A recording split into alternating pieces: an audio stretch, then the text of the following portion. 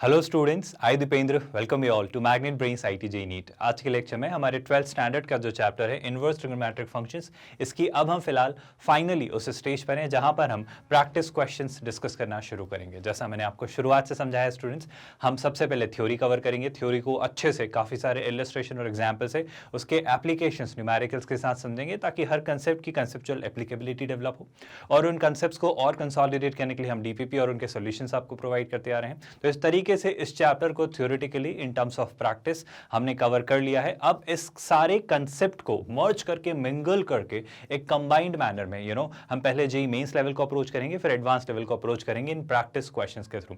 तो हमारे इस चैप्टर के 12th स्टैंडर्ड के इनवर्स ट्रिग्नोमेट्रिक फंक्शंस का जो चैप्टर है, इस चैप्टर के प्रैक्टिस क्वेश्चंस का सिलसिला शुरू होगा और इसी के बाद हम previous years questions of JEE mains and advance दोनों को डिस्कस करना शुरू करेंगे। तो पहले प्रैक्टिस क्वेश्चंस काफी सारे मेंस और एडवांस लेवल के, एंड देन ग्रेजुअली हम शिफ्ट करेंगे प्रीवियस ईयर्स यानी पास्ट ईयर्स क्वेश्चंस पर। आई होप आपको सारी फंक्शनैलिटी क्लियर होती चली जा रही है और आपको समझ आ रहा है कि आपकी कितनी स्मूथ, कितनी रिगरस, कितनी इंटेंस ट्रेनिंग हम आपको दे रहे हैं आईआईटी जेईई के लिए। But before we start this lecture students, I hope आप जानते हैं कि मैग्नेट ब्रेन्स क्या क्या चीजें आपको totally free of cost provide करवाता है। मतलब ये एक ऐसा प्लेटफॉर्म है जो पूरे तरीके से free of cost quality education देने में यकीन रखता है। मतलब आप यकीन नहीं करेंगे, किंडरगार्टन से 12th स्टैंडर्ड अलग अलग बोर्ड्स, अलग अलग मीडियम्स, या फिर अगर आप कॉम्पिटिटिव एग्जाम्स की भी बात करें तो railway, banking, SSC, IIT JEE, NEET, NTSC, olympiad, CUET, UPSC, ऐसे हर सेक्टर, हर सेगमेंट में पूरे के पूरे कोर्सेज, पूरे के पूरे program absolutely free of cost, यानी टोटली जीरो कॉस्ट। कोई हिडन चार्ज नहीं, कोई सब्सक्रिप्शन बेस्ड मॉडल नहीं, कुछ ऐसा नहीं कि ट्रायल वर्जन दिया जाए, 2 लेक्चर दे दिए जाए, फिर तीसरे लेक्चर से आपसे फीस ली जाए। पूरे तरीके से quality education free of cost आपको डिलीवर की जा रही है। यानी यकीन करिए स्टूडेंट्स, मैग्नेट ब्रेन्स का प्लेटफॉर्म आपको क्वालिटी एजुकेशन देता है eight absolutely zero cost. www.magnetbrains.com के थ्रू। अगर मैं बात करूं आपसे कि आईआईटी जेईई का जो हमारा मॉड्यूल है आपके लिए क्या क्या चीजें फ्री ऑफ कॉस्ट लेकर आता है, तो सबसे पहले हम इंश्योर करते हैं स्टूडेंट्स कि हम हर एक चैप्टर का टॉपिक वाइज डिटेल्ड, मतलब एकदम थरो और कॉम्प्रहेंसिव एक्सप्लेनेशन वीडियो बनाएं with a lot of illustrations and examples, ताकि आपको हर कंसेप्ट को थ्योरेटिकली ना सिर्फ बल्कि एप्लीकेशन के टर्म्स में with a lot of numericals हम आपको अच्छे से समझा पाएं। उसी के साथ मोटिव ये रहता है कि आपको हर टॉपिक के कंप्लीशन पर उसकी डीपीपी प्रोवाइड की जाए। उस डीपीपी के थ्रू आप उस टॉपिक को और कंसोलिडेट करें, उन्हें क्वेश्चंस को प्रैक्टिस करें, एंड ऑफ कोर्स उन डीपीपी के भी हम सॉल्यूशंस आपको प्रोवाइड करते हैं। इसी के साथ साथ स्टूडेंट्स ऑफ कोर्स हम ये भी इंश्योर करने वाले हैं कि हम आपको हर चैप्टर पर maximum number of questions practice करवाएं, आपको हर वैरायटी के क्वेश्चन से एक्सपोज करें ताकि आप हर तरह के क्वेश्चन से डील करना, हर तरह के क्वेश्चंस को टैकल करना सीख पाएं और आसानी से हर चैप्टर पे ज़्यादा से ज़्यादा एक्सपोजर ले पाएं, ताकि आप एक डाइवर्सिफाइड ट्रेनिंग लें। क्योंकि एग्जाम में जब हर तरह का क्वेश्चन आप फेस करेंगे तो आप कॉन्फिडेंटली उनसे डील कर पाएं। आपको हर वेराइटी से डील करते आता हो, ये हमारा मोटिव या इंटेंट है। ना सिर्फ ये स्टूडेंट्स, बल्कि हम ये भी इंश्योर करेंगे कि हम आपके डाउट सॉल्विंग लेक्चर्स लेकर आए, यानी कि आप हमें अपने डाउट्स फॉरवर्ड कर सकते हैं। बड़ा ही आसान सा तरीका है, इस वीडियो के डिस्क्रिप्शन में एक लिंक आपको दिखाई देगा, आस्क योर डाउट, या फिर आप चाहें तो हमारी वेबसाइट पर भी आपको एक बटन दिखाई देगा, आस्क योर डाउट, वहां पर क्लिक करिए, एक फॉर्म ओपन होगा। इस फॉर्म पर आप अपने डाउट का फोटोग्राफ हमें फॉरवर्ड कर सकते हैं। करना कुछ नहीं है, फोटोग्राफ प्रॉपर रिजोल्यूशन में सही ब्राइटनेस में क्लिक करिए, एंड ऑफकोर्स उसे ठीक से क्रॉप करके फॉरवर्ड करिए। क्रॉप प्रॉपर्ली करिए, जितना क्वेश्चन है सिर्फ उतना ही क्रॉप करिए। अगर 2 क्वेश्चन है तो 2 बार क्रॉप करके 2 अलग अलग क्वेश्चंस फॉरवर्ड करिए। यही नहीं, वहां पर आपको रिमार्क का भी ऑप्शन दिखाई देगा, तो उस रिमार्क में प्रॉपर रिमार्क लिखिए कि एग्जैक्टली आप क्या पूछना चाह रहे हो उस क्वेश्चन में, सो दैट वो हमारी हेल्प करेगा समझने में कि आप कहाँ अटक रहे हो, कहाँ प्रॉब्लम फेस कर रहे हो। उस तरीके से आपके डाउट्स एकदम वहीं पर रिजॉल्व हो पाएंगे जो पॉइंट आपको बॉदर कर रहे हैं। तो डाउट्स भी रिजॉल्व होंगे स्टूडेंट्स, एंड ऑफकोर्स हम आपके लिए प्रीवियस ईयर्स क्वेश्चंस भी लाएंगे, यानी जेईई मेंस और जेईई एडवांस के पास्ट ईयर्स के क्वेश्चंस। एक थॉट प्रोसेस आप समझ पाओगे कि इस एग्जाम का लेवल क्या होता है, क्वेश्चंस कैसे आते हैं, उन्हें कैसे अटेम्प्ट किया जाता है, उनको कैसे अप्रोच किया जाता है। ये सारी कहानी आप अच्छे से डेवलप कर पाओगे। ना सिर्फ ये स्टूडेंट्स, बल्कि आपके चैप्टर वाइज टेस्ट भी लाने जाने वाले हैं, ये भी रोल आउट होने वाला है फीचर, यानी कि आप हर एक चैप्टर का टेस्ट देकर अपनी परफॉर्मेंस को इवैल्यूएट कर सकते हो, अपनी प्रोग्रेस को ट्रैक कर सकते हो कि आप चैप्टर्स को कितना अच्छे से इंटरप्रेट कर रहे हो, आपकी कॉम्प्रहेंशन अंडरस्टैंडिंग कितनी अच्छी हो रही है और किन कंसेप्ट्स को रिवाइज कर लेने की ज़रूरत है, सारी चीज़ें आप चैप्टर वाइज टेस्ट के थ्रू और अच्छे से समझ पाएंगे। इसी के साथ साथ स्टूडेंट्स हर चीज़ को लेकर हम गाइडेंस देंगे, मतलब कोई परेशानी हो, कोई भी इशू हो, आपसे लाइव इंटरेक्शन करते रहेंगे, आपके लिए वीडियोस लाते रहेंगे जिनके थ्रू हम आपको इन्फॉर्म करते रहें। अगर कोई नॉन अकेडमिक भी बात है, जैसे कि जो डायरेक्टली अकेडमिक से रिलेटेड नहीं, जैसे बुक्स है, टाइम मैनेजमेंट है, या कोई भी चीज़ है जो आपको बॉदर कर रही है, जिससे IIT JEE की आपकी तैयारी हैम्पर हो रही है, तो बेशक हम उन्हें भी रिजॉल्व करेंगे और पूरे फुल फ्लैजेड मैनर में आपकी पढ़ाई को कंटिन्यू करवाएंगे। इसी के साथ साथ स्टूडेंट्स हम ये भी इंश्योर करेंगे कि हम आपके वन शॉट रिवीजन क्रिएट करें। वन शॉट रिवीजन का मतलब होता है स्टूडेंट्स एक प्रिसाइज, एक कंसाइज, एक to the point one shot revision, जिसके थ्रू वो चैप्टर एक वन शॉट में आपका रिवाइज हो जाएगी। एग्जाम के वक्त वाला फीचर।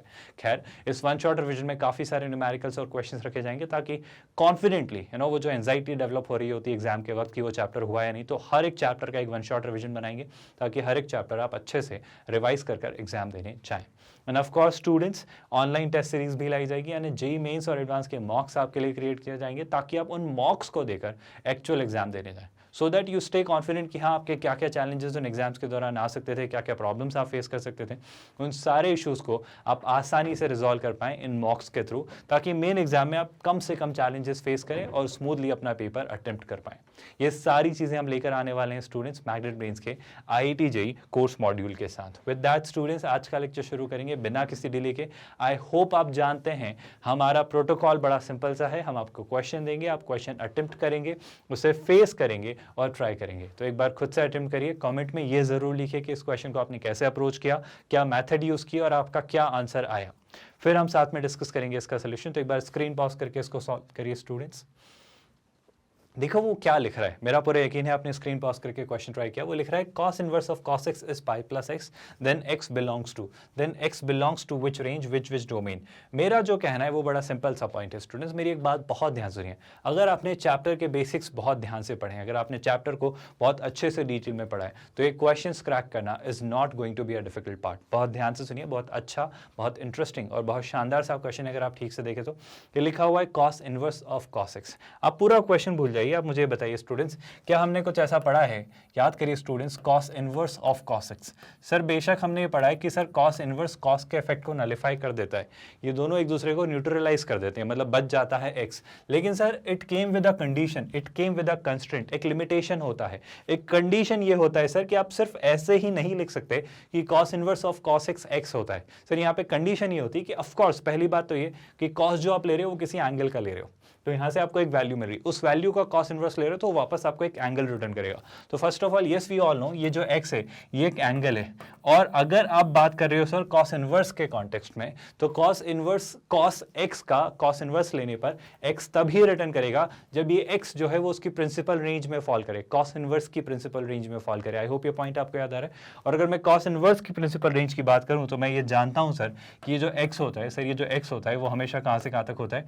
सर ये x जो है वो हमेशा 0 से पाई तक ही होता है। जो cos इनवर्स x की जो प्रिंसिपल रेंज होती है वो क्या होती है स्टूडेंट? 0 से pi, including both close bracket obviously. पर अगर आप इस क्वेश्चन को देखें, जहां पर इस क्वेश्चन को थोड़ा सा ट्रिकी मैनर में दिया गया है, आई होप आप में से काफी सारे स्टूडेंट्स ने अब स्ट्राइक किया होगा कि मैं क्या कहना चाह रहा हूं।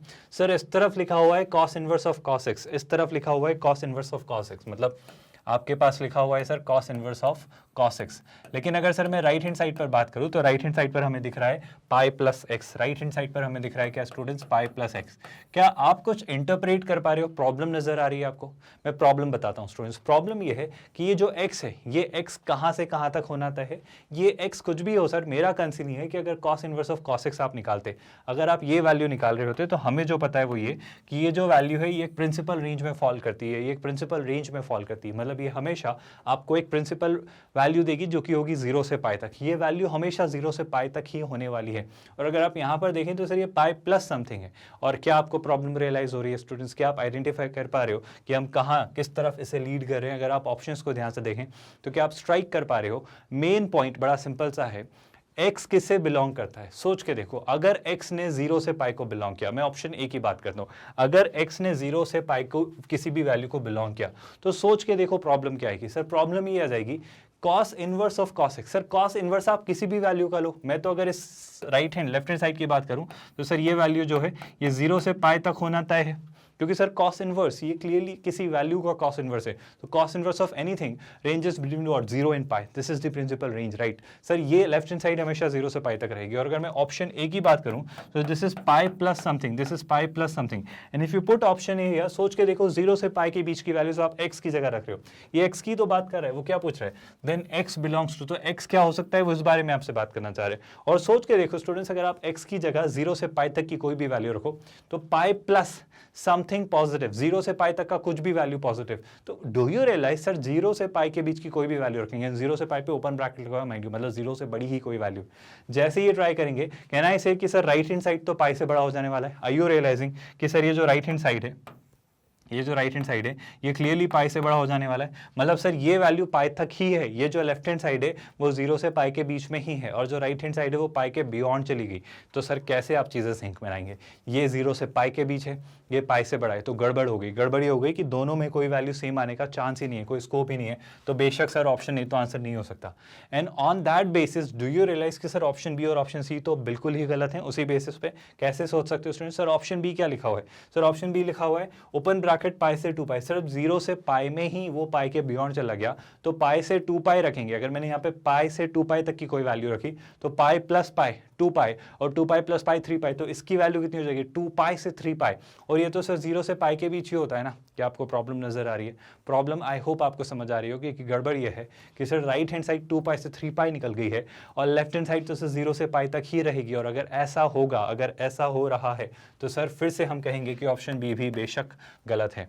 What about option C, sir what about option C, कुछ कहने की जरूरत नहीं है, वापस से वही बात, 0 से पाई तक की वैल्यू, x कैसे किसी वैल्यू को होल्ड या बिलोंग कर सकता है, सर 0 से पाई तक की value even including 0 and pi both, आप सोच के देखो, अगर आपने 0 भी ट्राई किया तो ये पाई हो जा रहा है, और पाई तक गया तो ये 2 पाई हो जा रहा है, मतलब ये पाई से 2 पाई तक एग्जिस्ट करता है, मतलब अगर आप बात करना चाहते हो वो पूरी x की इन सारी वैल्यूज को बिलोंग करने की बात कर रहे हैं, तो बेशक सर x 0 ले सकता है, x यहां से 0 जरूर ले सकता है, लेकिन प्रॉब्लम यह है कि सिर्फ 0 नहीं ले रहा है, इस ऑप्शन सी के अकॉर्डिंग वो 0 से पाई के सारी बीच की वैल्यूज ले रहा है including 0 and pi both, and sir सिर्फ 0 लेना अलाउड था मेरे ख्याल से, क्योंकि 0 जब लेता x, अगर x ने 0 को लिया होता तो जैसे ही मैं यहाँ पर 0 रखता है स्टूडेंट, जैसे ही मैं यहाँ पर 0 रखता तो 0 प्लस पाई पाई, और यहाँ पे पाई तक की वैल्यूज अलाउड थी, पर सिर्फ 0 की बात नहीं हो रही है सर, वो 0 से पाई तक लेके जा रहा है, तो 0 प्लस पाई पाई, पाई प्लस पाई 2 पाई, तो ये पाई से 2 पाई होगा राइट हैंड साइड, और वापस गड़बड़ होगी ना, ये तो 0 से पाई तक ही होता है, तो इसको भी 0 से पाई तक ही रहना चाहिए था, तो आपको प्रॉब्लम नजर आ रही है, हमने फिर से गड़बड़ की, यानी clearly sir option A B और सी तो आंसर नहीं होंगे ना, आपको रियलाइज हो रहा है क्यों नहीं होंगे,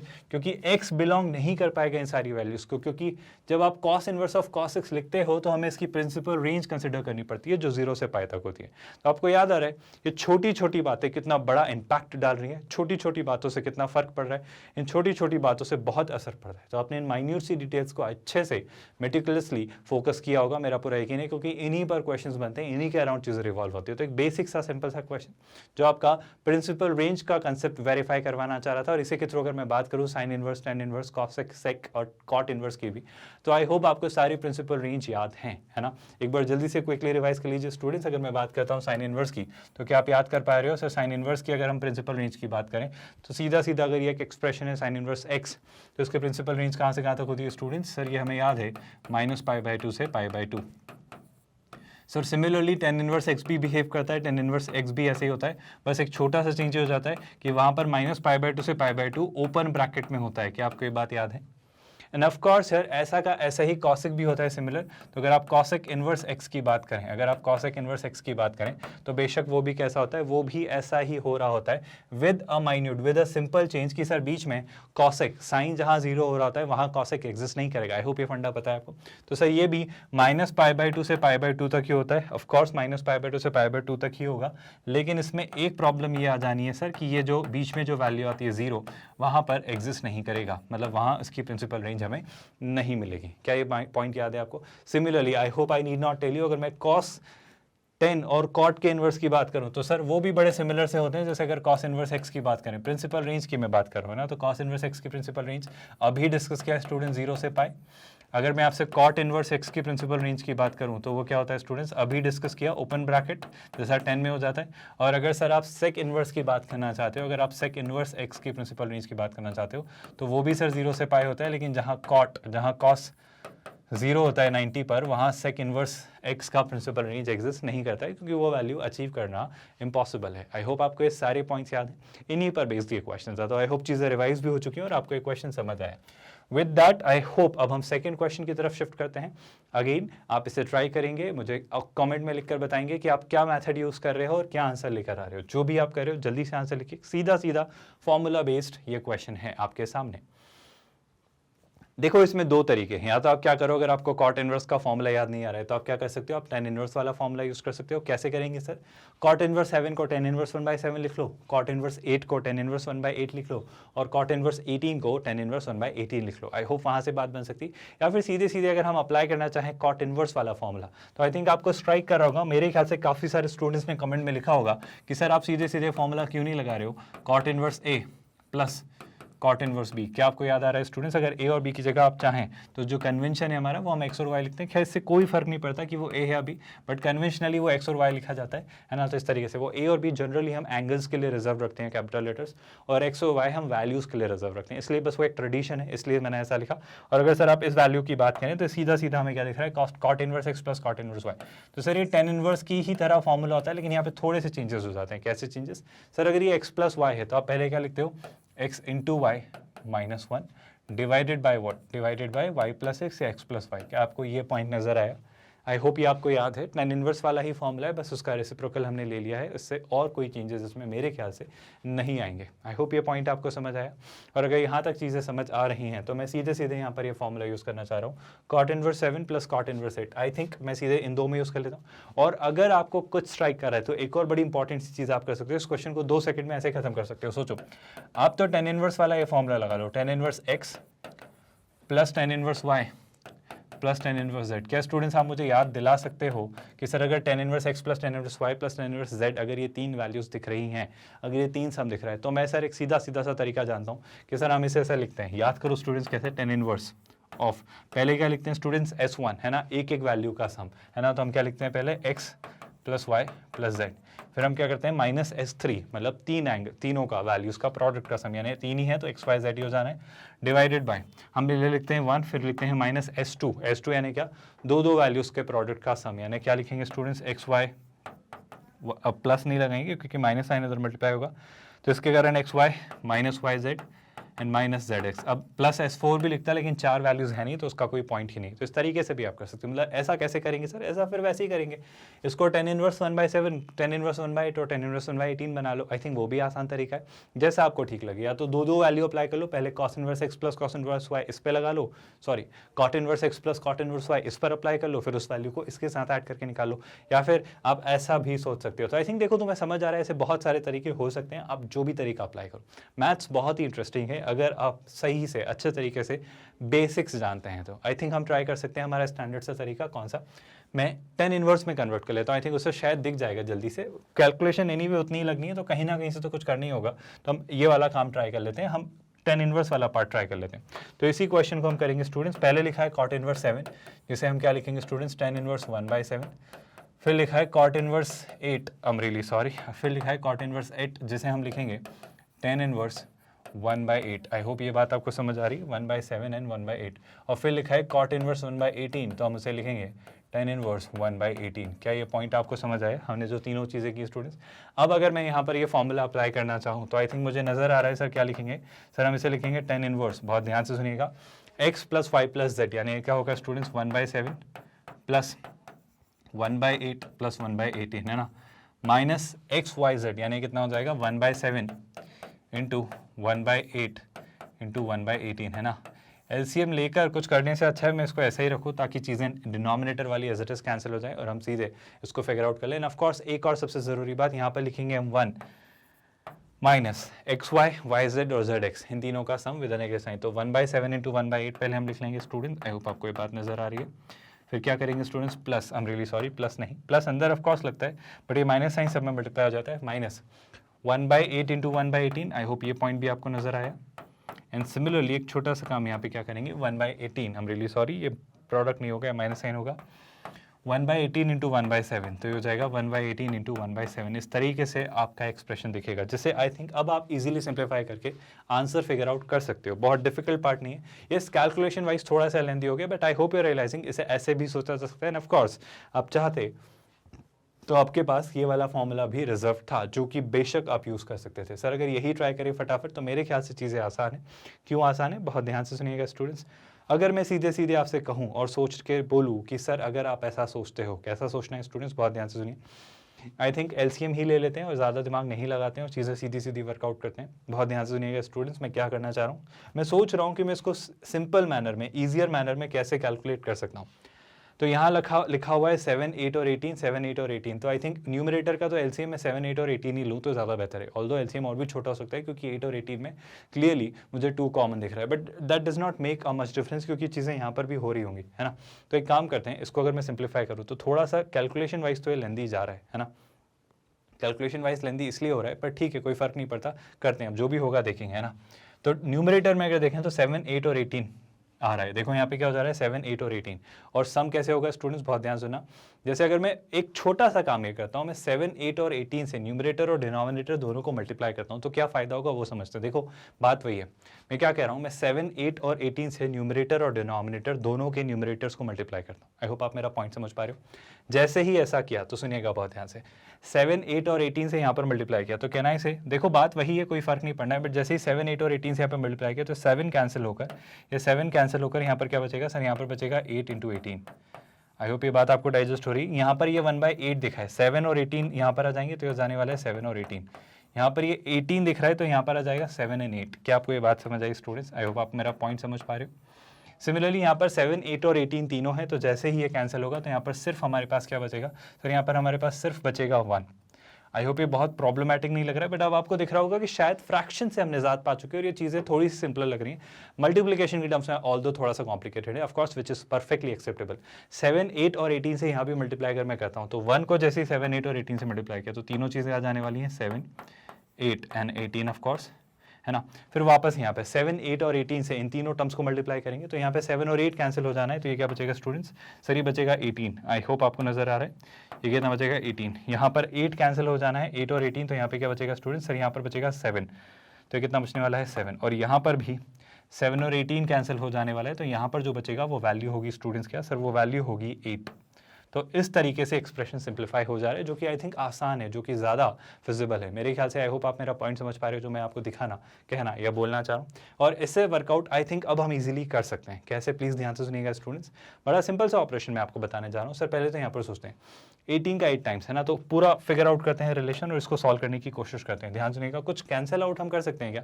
मेरे ख्याल से बहुत हद तक नहीं, क्योंकि यहाँ पे -1 एक प्रॉब्लम क्रिएट कर रहा है। I hope you are realising ये माइनस साइन है ना, ये सारे नेगेटिव साइन है। तो अगर इन साइंस की मैं बात करूँ आपसे तो ये सारे नेगेटिव साइंस है स्टूडेंट्स, ठीक है। आई होप ये पॉइंट आपको समझ आ रहा है। मेरे ख्याल से कुछ कॉमन भी ज़्यादा कुछ आ नहीं रहा है, क्योंकि वो आता तो फिर बात वहीं बन जाती। तो कैलकुलेट अब तो करना ही पड़ेगा। तो 18 का 8 टाइम्स, ऐसे सोच लो स्टूडेंट्स, 18 का 10 टाइम्स होता है 180 और 18 का 2 टाइम्स होता है 36, है ना। तो 180 में से 36 सब्ट्रैक्ट किया तो 180 में से अगर 30 सब्ट्रैक्ट किया तो 150 और 6 और सब्ट्रैक्ट किया तो 144, तो ये आ जाने वाला है 144। आई होप आपको कैलकुलेशन समझ आ रही है। तो मैं इसे लिखूंगा 10 इनवर्स ऑफ कितना स्टूडेंट्स 144। फिर आगे बढ़ते हैं स्टूडेंट्स, यहाँ पर 18 का 7 टाइम्स, आई थिंक वही सेम बात वापस अप्लाई करते हैं। तो क्या होने वाला है, 18 का 10 टाइम्स होता है कितना, या फिर 18 का 5 टाइम्स इंटू 18 का 2 टाइम्स भी प्लस 18 का 2 टाइम्स भी लिख सकते हो, कोई फर्क नहीं पड़ता।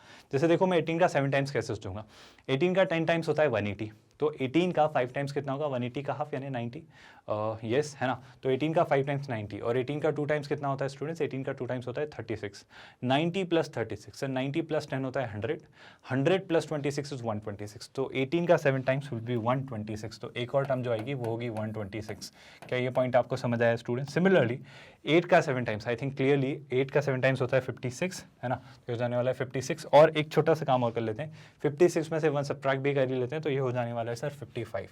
आई होप ये पॉइंट आपको समझ आए। न्यूमरेटर में हमने जो सब लिखा इसमें कोई डाउट नहीं है। सिमिलरली क्या सर डिनोमिनेटर भी आसानी से वर्कआउट किया जा सकता है? मेरे ख्याल से यस किया जा सकता है। जैसे अगर आप सोचो तो ये पार्ट थोड़ा सा ट्रिकी है, 18 इंटू 8 इंटू 7, तो ये वाला कैलकुलेशन हम कर लेते हैं। बाकी अगर इस पार्ट की बात करें तो ध्यान से सुनिएगा स्टूडेंट्स, 7 और 8 कितना हो जाएगा स्टूडेंट्स? 15 है ना, और 18 में 15 ऐड किया तो 18 में 10 ऐड किया तो 28, और 28 में 5 ऐड किया तो 33, तो -33 तो डिनोमिनेटर में देखना तय है। डिनोमिनेटर में -33 तो दिखेगा, बट इस प्रोडक्ट की अगर मैं बात करूं तो मैं इसको अलग से कर लेता हूं। 18 का 8 टाइम्स जस्ट अभी निकाला था 144, 144 को 7 से मल्टीप्लाई कर देते हैं स्टूडेंट्स। अगर मैंने 144 को, ध्यान से सुनिएगा, अगर मैं 144 को 7 से मल्टीप्लाई करता हूं तो कैसे करेंगे? आप स्टैंडर्ड टेक्निक अप्लाई कर लो, सिंपल सा कैलकुलेशन स्टूडेंट्स। तो क्या आने वाला है, ध्यान से सुनिएगा सर। 144 को अगर 7 से मल्टीप्लाई किया तो 7 का 4 टाइम्स 8, कैरी कितना 2, 7 का 4 टाइम्स वापस मतलब 28, 28 के साथ 2 ऐड किया तो 30 यानी 0, कैरी 3, 7 का 1 टाइम्स 7 प्लस 3 कितना 10, तो 1008 is going to be the product. तो यहाँ पर जो प्रोडक्ट आएगा वो होगा 1008, है ना। तो इस तरीके से चीज़ें चलेंगी। और अगर अब मैं फाइनली इसे सिंप्लीफाई करूँ तो शायद कुछ तो होने वाला है। जैसे अगर आप देखें ध्यान से, हमसे पूछा क्या जा रहा है सर? हमसे वापस जो पूछा जा रहा है वो कॉट थीटा ही पूछा जा रहा है ना, जो कॉट थीटा पूछा जा रहा है। ठीक है सर, निकाल लेंगे। यहाँ पर अगर मैं वैल्यू निकालना चाहूँ तो ये आ रहा है tan इनवर्स, है ना सर। अब ध्यान से देखिए आप, अगर आप चीज़ें सीधी सीधी देख पा रहे हो तो क्या दिख रहा है स्टूडेंट्स? 144 प्लस 26, है ना। 26 का 6 इसे दिया तो 150, आई होप आपको नजर आ रहा है। 150 में 120 ऐड करना है, 150 प्लस 20 170, और 170 को 100 और ऐड किया तो 270, 270 को 55 ऐड करना है। 270 में अगर 55 ऐड करना है तो आई थिंक 270 में 30 ऐड किया तो 300, और यहाँ से 30 ले लिया तो मेरे ख्याल से कितना बच रहा है? 25 ऑफ कोर्स, है ना।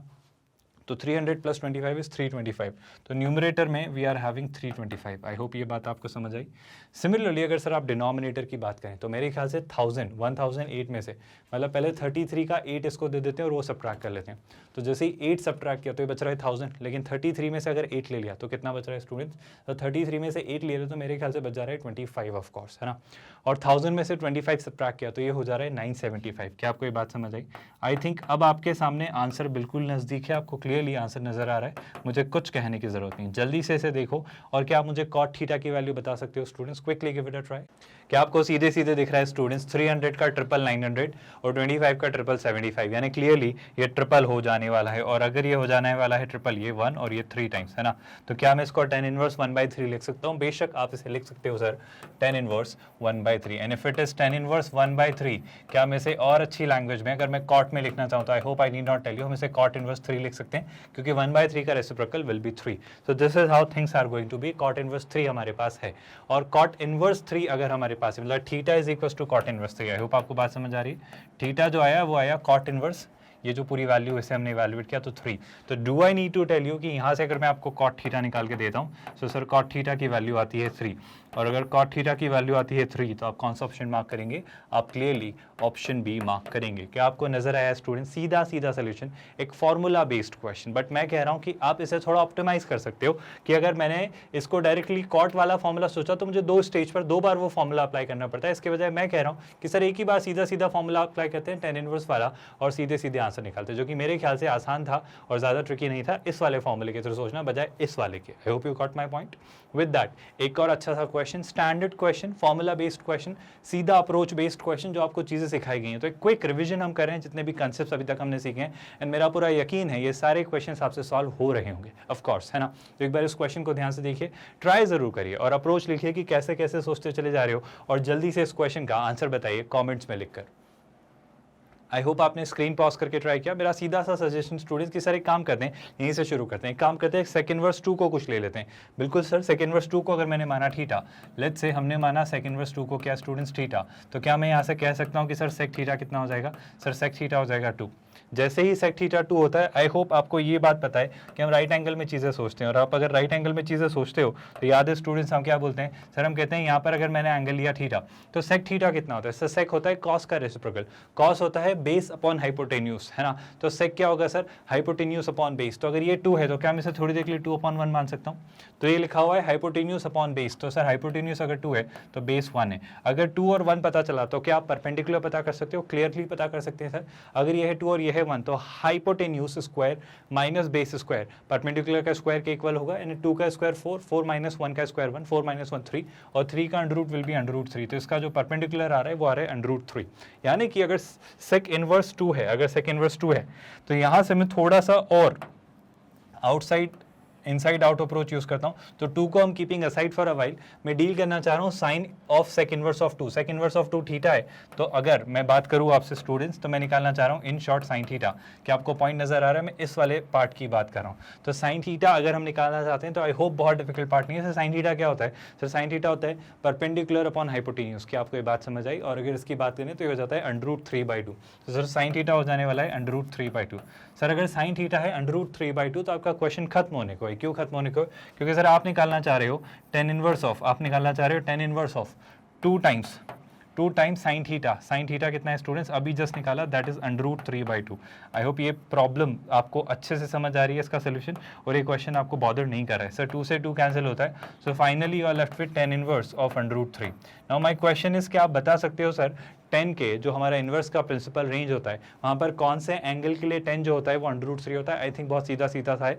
10 0 0 होता है स्टूडेंट्स, 10 30 1/√3, 10 45 1, और 10 60 होता है √3, और 10 90 होता है नॉट डिफाइंड एंड इन्फिनिटी, है ना। तो अगर मैं बात करूँ तो यह है 60 डिग्री। 60 डिग्री यानी कितना है students? Clearly pi by yes, ये है 60 डिग्री, तो ये हो जाने वाला है π/3, और π/3 की अगर मैं बात करूँ तो ये हमें नजर आता है सीधा सीधा option C. I hope straightforward सा सोल्यूशन था, सीधा सीधा क्वेश्चन था, बहुत डिफिकल्ट कुछ नहीं था। स्टैंडर्ड सी प्रोसेस जो हमने सीखी है बस वही अप्लाई की है। तो ये अभी वो बेसिक लेवल के क्वेश्चन है स्टूडेंट, जो आपके उन कंसेप्ट्स का रिवीजन है, जो सारी चीज़ें आपको पढ़ाई गई हैं, जो कि मेरा पूरा यकीन है आपको अच्छे से आती हैं। इसी से हम ग्रेजुअली शिफ्ट करेंगे हमारे मेंस और एडवांस लेवल पर। तो प्रैक्टिस क्वेश्चंस का लेवल हम ग्रेजुअली इंप्रूव करेंगे, बट अभी जो शुरुआती प्रैक्टिस क्वेश्चंस की शीट्स हैं, जो लेक्चर्स आपके लिए लाने वाले हैं, इसमें मोटिव या इंटेंट बड़ा सिंपल सा है कि मैं कोशिश कर रहा हूँ कि मैं यहाँ पर आपको सारे कंसेप्ट्स फटाफट क्विकली रिवाइज करवा दूँ और आपको रिकॉल करवा दूँ कि देखो ये चीज़ें हमने इस तरीके से पढ़ी हैं। विद दैट स्टूडेंट्स, अगर ये सोल्यूशन समझ आया, आई होप कुछ भी डिफिकल्ट नहीं था, स्ट्रेट फॉरवर्ड सा क्वेश्चन था, and I am very sure students का आंसर आया होगा, है ना। ये सब चीज़ें आपको सोचते अब आती है, सब करते आपसे बनता है। विद दैट स्टूडेंट्स, एक और अच्छा सा इंटरेस्टिंग सा शानदार सा क्वेश्चन, बस देख के घबराओ मत, देख के डरो मत, स्ट्रेट फॉरवर्ड से सीधे सीधे सॉर्टेड से क्वेश्चन है। एक बार ट्राई करो, फिर हम साथ में इसे डिस्कस करेंगे। आई होप आपने स्क्रीन पॉज करके इसे वर्कआउट किया। क्या लिखा हुआ है student? Sine inverse x plus sine inverse 1 minus x is equal to cos inverse x. ठीक है सर, और एक्स की कौन सी वैल्यूज जो सेटिस्फाई करी? मेरा कहना है या तो ऐसा कर लो कि यहाँ से चीज़ें लिख लो। क्या कॉस इनवर्स एक्स को मुझे कुछ लिखते हुए आता है? बिल्कुल लिखते हुए आता है सर। या तो वैसा कर लो, या फिर यहाँ से कुछ सोच लो। बिल्कुल सोच लेंगे सर। एक छोटा सा काम ये कर लेते हैं, क्या मैं कॉस इनवर्स एक्स को कुछ लिख सकता हूँ? कोशिश जरूर कर सकते हैं सर। क्या कर सकते हैं? सुनिएगा बहुत ध्यान से। ये जो क्वेश्चन लिखा हुआ है इसको बहुत सारे तरीकों से किया जा सकता है। मैं एक रैंडम सा तरीका यूज कर रहा हूँ, आपके पास अगर कोई और थॉट आ रहा है तो आप बिल्कुल वैसे करिए, है ना। जैसे भी आपको ठीक लगता है ट्राई करिए, बस सही मेथड, सही रूल्स अप्लाई करते चलिए, आपका आंसर कहीं नहीं जा रहा है। ये लिखा हुआ है साइन इनवर्स 1/x, तो ये लिखा हुआ है स्टूडेंट्स क्या? Sine inverse 1 minus x is equal to what? Is equal to, ये क्या लिखा हुआ है स्टूडेंट्स? Cos inverse x. यहाँ पे राइट हैंड साइड पर क्या लिखा हुआ है स्टूडेंट्स? ये लिखा हुआ है कॉस इनवर्स एक्स। अब राइट हैंड साइड के कॉस इनवर्स एक्स के बारे में आपका क्या विचार है? सर मेरा कहना है कि इसके लिए मैं एक छोटा सा रूल यूज कर सकता हूँ। कौन सा रूल स्टूडेंट्स? याद करिए, एक इंपॉर्टेंट सा रूल होता है हमारे पास। क्या? सोचिएगा स्टूडेंट्स ध्यान से, सीधी सीधी सी बात। हमें पता है सर कि sign inverse x plus cos inverse x, ये एक आइडेंटिटी, ये एक प्रॉपर्टी होती है जो कि होता है π/2, क्योंकि ये दोनों एंगल्स जो हैं ये कॉम्प्लीमेंट्री होते हैं अगर किसी सेम वैल्यू के लिए निकाले जाए तो। आई होप ये पॉइंट आपको याद है। तो अगर मैं कहना चाहूँ तो क्या मैं कॉस इनवर्स एक्स को π/2 माइनस साइन इनवर्स एक्स लिख सकता हूँ? बिल्कुल सर, आप बिना सोचे समझे लिख सकते हो। तो मैं इसी क्वेश्चन को रीराइट कर रहा हूँ। I am keeping this sine inverse x as it is, है ना। ये साइन इनवर्स 1 माइनस एक्स को भी मैं ज़्यादा छेड़खानी नहीं करता हूँ, लेकिन अगर मैं इसे लिखना चाहता हूँ तो क्या मैं इसे π/2 माइनस साइन इनवर्स एक्स लिख सकता हूँ? आई होप इस बात ने आपको बॉदर नहीं किया। यहाँ से चीज़ें सिंपल सी समझ आ रही हैं। और एक छोटा सा काम, क्या ये साइन इनवर्स एक्स को इस तरफ ला सकते हैं? आई होप आप सीधे सीधे ला सकते हो। तो इसी प्रोसेस को मैं क्या लिख सकता हूँ? सोचेगा ध्यान से। इसी स्टेप को अगर मैं लिखना चाहूँ तो ये साइन इनवर्स एक्स इधर लाए तो ये हो जाता है students 2 sine inverse x plus ये कितना लिखा हुआ है students? Sine inverse 1 minus x is equal to कितना है स्टूडेंट्स? इज इक्वल टू π/2, है ना। तो ये चीज़ें कुछ ऐसी नजर आ रही हैं। तो हमारा एक काम तो आसान हो गया कि कॉस इनवर्स एक्स को या तो हम चाहते तो उस फॉर्म तरीके से वो हमारे राइट एंगल के थ्रू साइन इनवर्स एक्स में लिख लेते, या कॉम्प्लीमेंट्री एंगल वाला कंसेप्ट यूज करके लिख सकते हैं। सर इससे क्या हो रहा है? पहले मैं 2 साइन इनवर्स एक्स वाला फॉर्मूला अप्लाई कर लेता हूँ। आई होप आपको पता है चीज़ें। अगर आप जानते हैं sine inverse x plus sine inverse y वो कितना होता है स्टूडेंट्स? सर वो होता है sine inverse x into under root over 1 minus y square. I hope आपको ये बातें याद आ रही है। आई होप ये फॉर्मूला आपको याद है। कौन सा फॉर्मूला स्टूडेंट्स? ये फॉर्मूला याद करिए जहाँ पे हमने इस फॉर्मूले से इसको डराइव करना सीखा था। इनकेस आप भूल रहे हो तो ऐसे याद करो स्टूडेंट्स, याद करो साइन ए प्लस बी हमने क्या सीखा है, साइन ए प्लस बी होता है सर साइन ए कॉस बी। क्या आपको कुछ याद आया स्टूडेंट जो मैं कहना चाह रहा हूँ? और ये होता है साइन ए प्लस कॉस बी इंटू मतलब plus cos A sine B. बस इसी बेसिस पे अगर आप सोचें तो आप सीधे सीधे क्या कर सकते हो स्टूडेंट्स, साइन ए प्लस बी, है ना। और हमने देखा है सर अगर मैं साइन ए को थोड़ी देर के लिए एक्स कह दूँ, साइन बी को वाई, तो ये क्या बन जाएगा सर ये बन जाएगा एक्स, तो कॉस बी कितना हो जाएगा under root 1 minus y square. अगर साइन बी को आप वाई बोलते हो तो कॉस ए कितना हो जाएगा स्टूडेंट्स, कॉस ए यहाँ से निकल जाएगा under root 1 minus x square, है ना। और अगर आप यहाँ से देखें ध्यान से तो साइन इनवर्स को हम इस तरफ शिफ्ट कर देते हैं, और साइन इनवर्स को अगर आप इस तरफ शिफ्ट करते हो तो आप इसे क्या लिख देते हो, आप इसे लिख देते हो sine inverse is equal to what, A plus B. और ए और बी अभी जस्ट हमने डिस्कस किया, अगर एक्स जो था वो साइन ए था तो साइन इनवर्स एक्स ए हो जाएगा, और बी कितना हो जाएगा sine inverse y. I hope ये फॉर्मूले आपको याद है। तो इसी बेसिस पर मैं अगर यहाँ पर दोनों जगह इसको भी अगर एक्स से रिप्लेस कर देता हूँ, इसको भी अगर मैं एक्स से रिप्लेस कर देता हूँ, तो क्या आपको ये फॉर्मूला बनता हुआ नजर आ रहा है स्टूडेंट्स? क्या बन जाएगा दोनों तरफ, यहाँ भी एक्स यहाँ भी एक्स, तो sine inverse x plus sine inverse x कितना 2 टाइम्स साइन इनवर्स एक्स, है ना, इज इक्वल टू कितना स्टूडेंट्स, अगर यहाँ पर डील करें तो हो जाता है साइन इनवर्स ऑफ कितना x times 1 minus x square, x times under root over 1 minus x square, यानी कितना हो जाएगा स्टूडेंट्स सर ये हो जाएगा 2x times under root over 1 minus x square. तो इस तरीके से आपका 2 साइन इनवर्स एक्स का फॉर्मूला बनता है सर। अगर अब ये फॉर्मूला हम यहाँ पर अप्लाई करना चाहें, अगर यहाँ पर अप्लाई करना चाहें तो आई थिंक बहुत डिफिकल्ट सा पार्ट नहीं है। 2 साइन इनवर्स एक्स क्या बन जाएगा सर, ये बन जाएगा साइन इनवर्स ऑफ, है ना, कितना 2x times under root over 1 minus x square. और यहाँ पर ऑलरेडी क्या दिया हुआ है, यहाँ पर ऑलरेडी दिया हुआ है sine inverse of 1 minus x. क्या ये पॉइंट आपको समझ आया? एंड आई थिंक सर अब तो बहुत डिफिकल्ट पार्ट नहीं है। अब एक छोटा सा काम क्या करना होगा, sine inverse x plus sine inverse y वाला फॉर्मूला अप्लाई करते हैं, शायद बात बन जाए। बिल्कुल वैसे ही सोचेंगे स्टूडेंट्स, अगर मैंने यहाँ पर अप्लाई किया तो क्या करेंगे, ध्यान से सुनिएगा, ये बन जाने वाला है साइन इनवर्स, है ना, साइन इनवर्स ऑफ व्हाट, ध्यान से सुनिएगा, एक्स। एक्स कितना है स्टूडेंट सर, एक्स है 2x times under root over 1 minus x square, तो ये है 2x times under root over 1 minus x square times x times under root over 1 minus y square, तो 1 माइनस वाई स्क्वायर, और y कितना है student sir, y है 1 minus x, तो ये हो जाने वाला है 1 माइनस एक्स का होल स्क्वायर, है ना। सिमिलरली प्लस अब क्या लिखेंगे स्टूडेंट्स, y कितना है स्टूडेंट्स, अगर y की मैं बात करूँ तो y है 1 माइनस एक्स, तो हम यहाँ पर लिखेंगे y times under root over 1 minus x square, तो 1 माइनस, और x कितना है, x ये पूरी वैल्यू है जो कि कितनी है स्टूडेंट्स, जो कि है अगर आप ध्यान से देखें तो 2x times under root over 1 minus x square का होल स्क्वायर। आई होप ये बातें आपको समझ आ रही हैं और इनसे किसी भी स्टेप से आपको कोई भी कन्फ्यूजन या डाउट या क्वेरी या कंसर्न नहीं है। बस इसी बेसिस पे अब इस क्वेश्चन को अगर मैं ट्राई करूँ और सॉल्व करूँ तो शायद आंसर बहुत दूर नहीं है। आप सोच के देखो स्टूडेंट्स, यहाँ पे क्या करना होगा, इसे ऐसा कैसा रखते हैं, इस वाले पार्ट को भी ऐसे रखते हैं, थोड़ा ऐसे सिंप्लीफाई कर लेते हैं अंदर से, और इसके राइट हैंड साइड पे हमें क्या दिख रहा है सर, इसके राइट हैंड साइड पे हमें दिख रहा है π/2। अगर आप एक और स्टेप थोड़ा सा सोचना चाहें, अगर ये लिखा है π/2 तो क्या है, साइन इनवर्स को उस तरफ शिफ्ट कर सकते हैं, बिल्कुल कर सकते हैं। तो ये जाने वाला है साइन π/2, साइन π/2 कितना होता है 1, यानी कि अगर आप यहाँ से सोचें तो ये कितना लिखा हुआ है सर, ये लिखा है 2x, है ना, times under root over 1 minus x square. I hope ये लाइन आपको समझ आई। अब अगर यहाँ पर देखें, है ना, अगर यहाँ पर देखें तो एक और स्टेप मैं देखना चाहूँ तो ये क्या लिखा है 1 माइनस एक्स का होल स्क्वायर। अगर इसे मैं सिंप्लीफाई करना चाहूँ तो इसे हम क्या लिखेंगे स्टूडेंट्स, ध्यान से सुनिएगा, सर ये लिखा है 1, है ना, ये लिखा हुआ है 1, ये हो जाने वाला है 1 प्लस एक्स स्क्वायर, है ना, तो कितना हो जाने वाला है 1 प्लस एक्स स्क्वायर यानी माइनस एक्स स्क्वायर, और होने वाला है -2x, तो हो जाएगा माइनस के कारण +2x। क्या ये बात आपको समझ आई स्टूडेंट्स? आई होप इस बात से भी कोई कन्फ्यूजन या डाउट आपको कहीं से कहीं तक नहीं है, मेरा पूरा यकीन है ना। बस इसी बेसिस पे अगर यहाँ से भी इसे कंटिन्यू किया, ये पार्ट आई होप आपको समझ आ रहा है। इसको अगर मैं यहाँ पर रोक दूँ तो बीच में एक प्लस आने वाला है, और अब अगर यहाँ पर देखें तो सर ये 1 माइनस एक्स तो एज इट इज़ रहेगा। आई होप ये कैलकुलेशन पूरी समझ आ रही है। और यहाँ पर अगर आप देखते हो तो सर ये पूरा स्क्वायर करने से क्या होगा, इस बात पे गौर फरमाइए स्टूडेंट्स। सर यहाँ पर पहली बात तो ये कि अंडर रूट के अंदर ही चीज़ें रहने वाली है, लेकिन आप देखें तो ये 1 तो लिखा ही है माइनस, है ना, 2x का स्क्वायर कितना हो जाने वाला है सर, वो हो जाने वाला है 4x स्क्वायर, है ना, और अंडर रूट कैंसिल होगा तो कितना बचेगा सर, ये बचेगा 1 माइनस एक्स स्क्वायर। क्या बात आपको समझ आई? और ये पूरी वैल्यू किसके इक्वल होगी, ये पूरी वैल्यू होगी अगर मैं साइन को π/2 के पास शिफ्ट करता हूँ। अगर साइन को π/2 के पास हम शिफ्ट करते हैं तो कितना हो जाता है सर, हो जाता है साइन π/2, जो कि हो जाने वाला है आई थिंक 1। क्या आपको इतनी पूरी प्रोसेस समझ आई स्टूडेंट्स? आई होप इस वाले पार्ट में डाउट नहीं है। अब क्या करेंगे सर, एक बहुत इंपॉर्टेंट सा पॉइंट, ये कैंसिल होता दिख रहा है तो ये बच जा रहा है 2x minus x square. Similarly अगर आप यहाँ पर देखें चीज़ों को तो यहाँ पर भी चीज़ें कुछ तो सिंप्लीफाई हो रही हैं जितना मैं सोच पा रहा हूँ, पर बहुत ज़्यादा सॉर्टेड सा एक्सप्रेशन नहीं लग रहा है ना, मतलब अननेसेसरीली अभी भी हम इसे कॉम्प्लिकेट ही कर रहे हैं। मतलब अगर मैं इसको उस तरफ भी शिफ्ट करूंगा, दोनों तरफ स्क्वायर करेंगे तो शायद अंडर रूट वाली टर्म्स कैंसिल हो जाएंगी, लेकिन फिर भी वहाँ पे 1 होगा और 1 से माइनस होगा, तो बहुत हद तक बहुत ही सिंपल सा ये मुझे फिगर आउट होता हुआ सिंप्लीफाइड वर्जन नहीं दिख रहा है, मतलब बहुत सॉर्टेड सा नहीं दिख रहा है। बजाय इसके अगर मैंने इसे ऐसे सोचा होता, अगर मैंने इसे इस तरीके से सोचा होता, कैसे स्टूडेंट सुनिएगा बहुत ध्यान से, पे अटेंशन एवरीवन, अगर मैं इसे ऐसे सोचता, एक और तरीका मैं अडॉप्ट कर रहा हूँ, क्योंकि मुझे लग रहा है इस मेथड से हम जा तो रहे हैं आंसर तक, लेकिन हम बहुत ही इसे खींच दे रहे हैं, मतलब ये एक्सप्रेशन मुझे बहुत कॉम्प्लिकेटेड सा लग रहा है, ये आगे जाकर और कॉम्प्लिकेट होगा।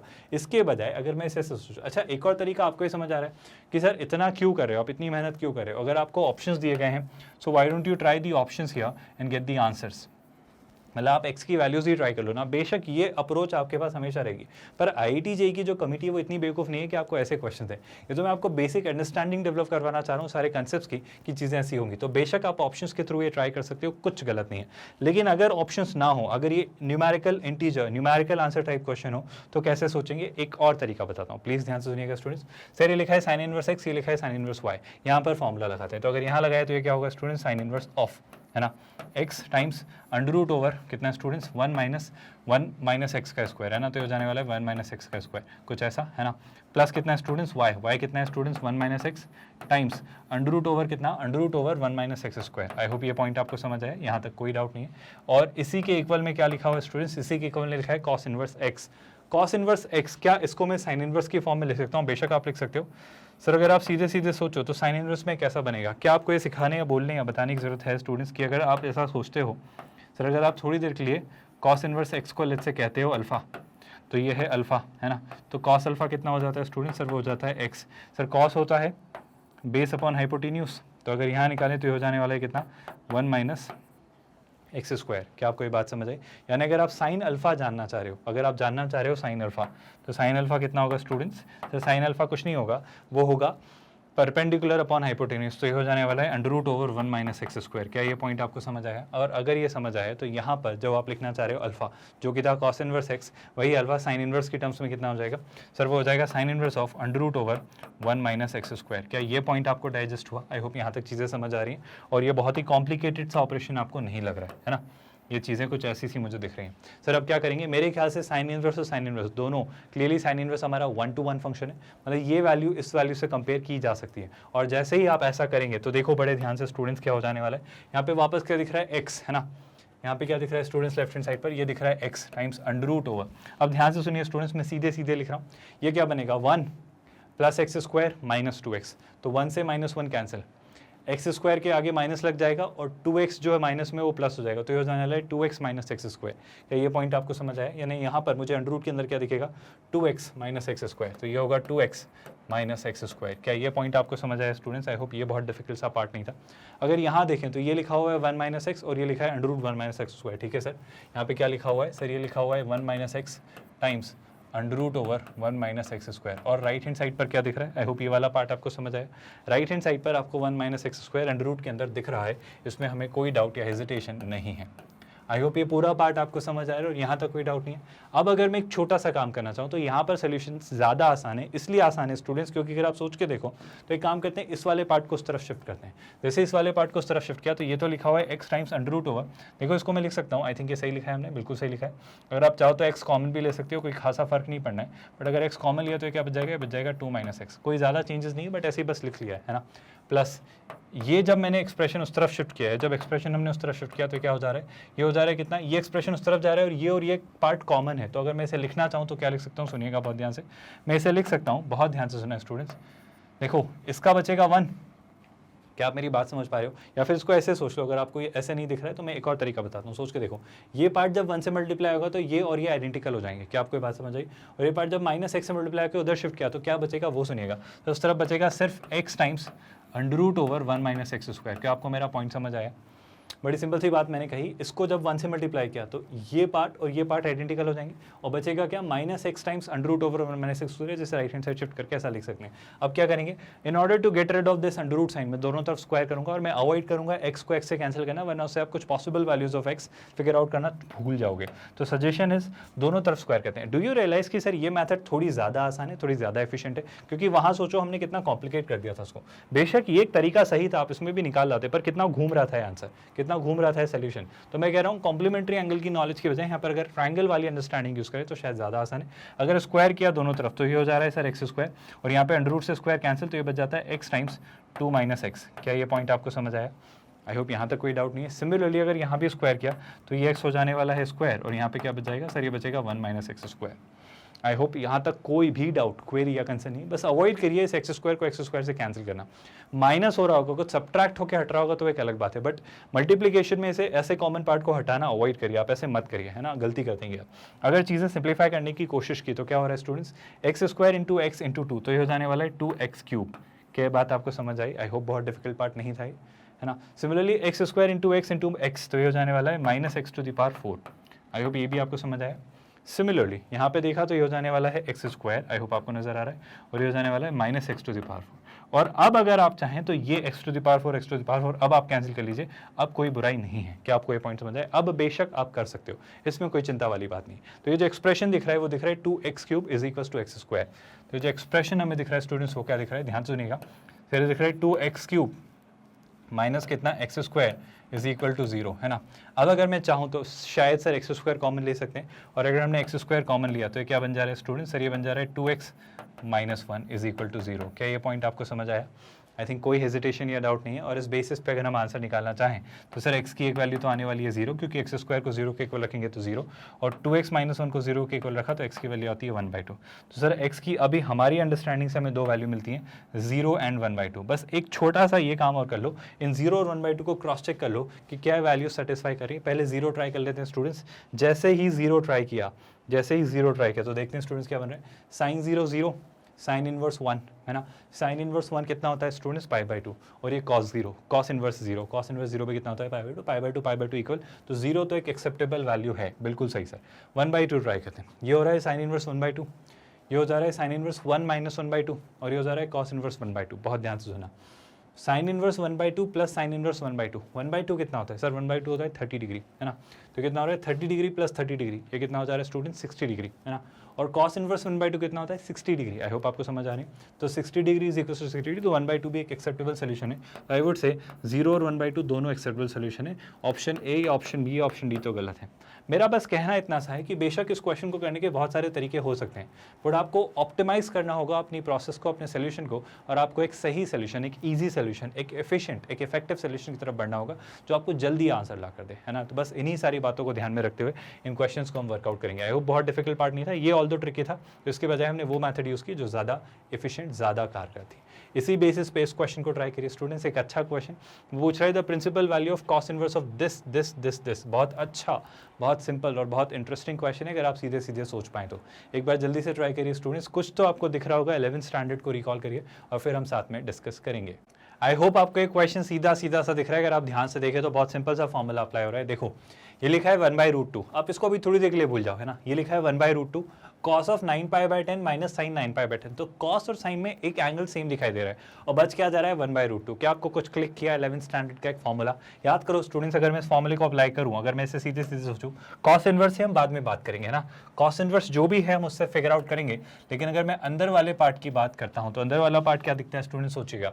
1/√2 को दोनों तरफ मल्टीप्लाई किया, 1/√2 cos 9π/10, तो ये लिख रहा हूं मैं 1/√2 टाइम्स cos 9π/10। आई होप ये बात आपको नजर आ रही है। माइनस यहाँ क्या लिखेंगे स्टूडेंट, सोच के देखिएगा, 1/√2 टाइम्स साइन 9π/10, तो ये क्या लिखेंगे स्टूडेंट्स, 1/√2 टाइम्स साइन 9π/10। अब बेशक मैं दोनों तरह के फॉर्मूले के बारे में सोच सकता हूँ, मैं किसी भी फॉर्मूले के बारे में सोच सकता हूँ, या तो मैं cos A cos B sin A sin B लगा देता हूँ, या फिर मैं सोच सकता हूँ तो मैं sin A cos B cos A sin B वाला फॉर्मूला भी अप्लाई कर सकता हूँ, मैं sin A - B या फिर cos A + B दोनों फॉर्मूले के बारे में सोच सकता हूँ। लेकिन इन सबको सोचने से पहले अगर मैं सोचना चाहूँ, मैं कुछ थोड़ा सा दिमाग लगाऊँ इन सारी बातों से पहले, तो मुझे एक बात इंपॉर्टेंट सी नजर आ रही है कि सर यहाँ cos इनवर्स है, तो कोशिश क्यों ना यहाँ पर cos को ही बनाने की जाए, ताकि cos और cos इनवर्स इनवर्स नलीफाई हो जाए, अगर वो जो एंगल है वो प्रिंसिपल रेंज में हो, और अगर वो प्रिंसिपल रेंज में हुआ तो फिर आंसर ही आ जाएगा ना, क्योंकि हमें वही प्रिंसिपल वैल्यू तो चाहिए। तो क्या आपको क्वेश्चन समझ आए?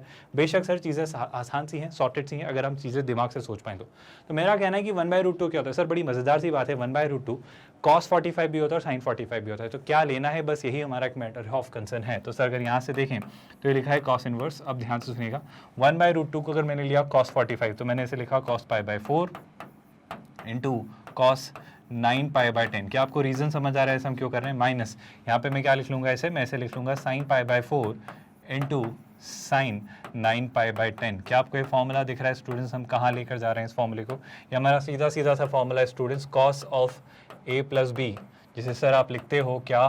सर हम लिखते हैं cos a cos b minus sin a sin b। क्या आपको ये बात नज़र आई स्टूडेंट्स? आई होप आप चाहते तो आप ये फॉर्मूला भी यूज़ कर सकते थे, यहाँ पे आप साइन ले लेते, वहाँ पे भी आप कॉस ले लेते, तो भी फॉर्मूला बन जाता है, लेकिन वहाँ से वो फिर साइन में आ रहा होता है और कॉस इनवर्स ऑफ साइन लेने में हमें प्रॉब्लम आती है, फिर उसको एडजस्ट करना पड़ता है। तो इससे अच्छा हम यहीं से चीज़ें करके चलते हैं। आई होप ये पॉइंट आपको डाइजेस्ट हो रहा है कि हम ऐसा क्यों करें।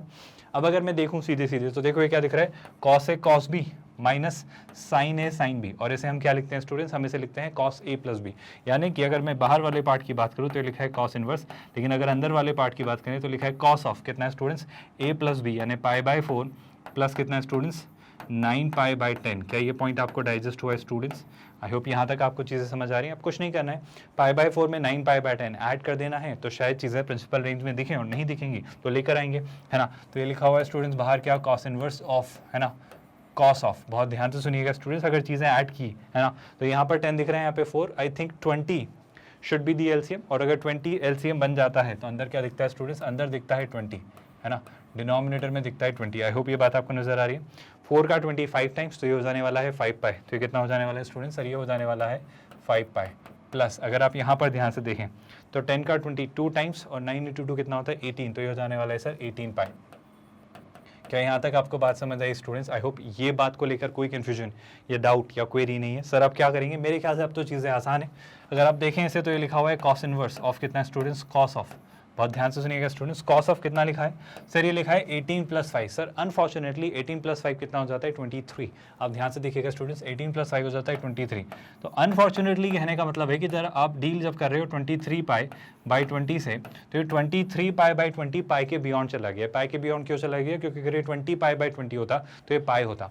ये 23 जो है 20 से बड़ा है, तो क्लियरली ये जो वैल्यू होगी ये पाई से बड़ी होगी, और अगर पाई से बड़ी वैल्यू यहाँ पर है तो प्रॉब्लम हो गई। प्रॉब्लम आपको नजर आ रही है क्या हो गई स्टूडेंट्स? आई होप आप मेरा पॉइंट समझ पा रहे हो। मेरा पॉइंट बड़ा सिंपल सा है। आई होप ये बात आपको डाइजेस्ट हो रही है कि ये प्रॉब्लम क्यों क्रिएट कर रहा है। सर अगर ये 0 से पाई के बीच की कोई वैल्यू होती, had it been any value between 0 to pi, मैं सीधे सीधे कॉस और कॉस इनवर्स को नलीफाई करके आंसर लिख देता, बट ये अनफॉर्चुनेटली 0 से पाई के बीच नहीं है। तो हम 0 से पाई के बीच ला सकते हैं। कैसे स्टूडेंट्स? सोचिएगा बहुत ध्यान से। आप सारी बातें छोड़ो, आप तो कॉस का ग्राफ प्लॉट करो। मेरा कहना है ग्राफ से चीज़ें ज़्यादा जल्दी से आसानी से दिखती हैं, तो आप ग्राफ प्लॉट करो। आई होप आपको कॉस का ग्राफ दिखता है, सीधा सीधा सा ग्राफ होता है स्टूडेंट्स। अगर आप देखोगे, है ना, अगर आप कॉस का ग्राफ देखोगे तो मैं जल्दी से आपको सीधी सी बताना चाह रहा हूँ। अगर आप कॉस का ग्राफ देखोगे स्टूडेंट्स, तो कॉस का ग्राफ कुछ ऐसा चल रहा होता है ना, ये कुछ ऐसा आ रहा होता है, फिर ये कुछ ऐसा जा रहा होता है, फिर ये कुछ ऐसा जा रहा होता है, फिर ये कुछ ऐसा जा रहा होता है, और ऐसे ग्राफ चल रहा होता है। और अगर मैं कुछ वैल्यूज़ की बात करूँ, आपको कुछ वैल्यूज़ हाईलाइट करूँ, तो सीधा सीधा हमें पता है सर ये होता है 0, ये होता है π/2, यहाँ पे मिलता है पाई, यहाँ पे मिलता है 3π/2, है ना, यहाँ पे क्या होता है स्टूडेंट्स 2π। आई होप आपको समझ आती चली जा रही है वैल्यू। और यहाँ पे क्या मिलता है? हमेशा हमें 5π/2, जो कि वैल्यूज़ हमें मिलती चली जाएंगी। खैर इनको लेके हमारा चिंता का विषय इतना नहीं है। हमारा जो मेजर मैटर ऑफ कंसर्न है वो क्या स्टूडेंट्स, कि अगर मैं बात करूँ आपसे कि अगर आपसे पूछा जाए 23π/20 कहाँ होगा, तो सीधी सीधी बात है स्टूडेंट्स, अगर मैं इस नंबर को क्रैक करूँ 23π/20, तो ध्यान से सोच के देखो स्टूडेंट्स, 23 को क्या मैं 20 + 3π/20 लिख सकता हूँ? और अगर आप इसे लिख रहे हो तो आप क्या लिखोगे? इसे आप लिख सकते हो 20π/20 प्लस कितना स्टूडेंट्स? 3π/20। इसको ऐसा लिखने का क्या मतलब है? 20 से 20 कैंसिल, तो ये हो जा रहा है पाई प्लस 3π/20। मतलब बेसिकली पाई से 3π/20 डिस्टेंस ही आगे है। क्या ये पॉइंट आपको समझ आए? पाई से 3π/20 डिस्टेंस ही आगे है, बस इतना सा सोचो। In 3π/20 is comparatively approximately a very small value, है ना। आई होप आपको ये बात समझ आ रही है। आई होप ये बात आपको डाइजेस्ट हो रही है। ऐसा इसलिए कह रहा हूँ स्टूडेंट्स, क्योंकि सोच के देखो, अगर 3 की जगह 10 होता तो होता 10π/20 और फिर वो होता 1/2, आप समझ पा रहे हो? तो ये पाई बाई 2 से भी पहले ही आ जा रहा है। पाई बाई 2 से पहले आने का बहुत इंपॉर्टेंट सा सिग्निफिकेंस है।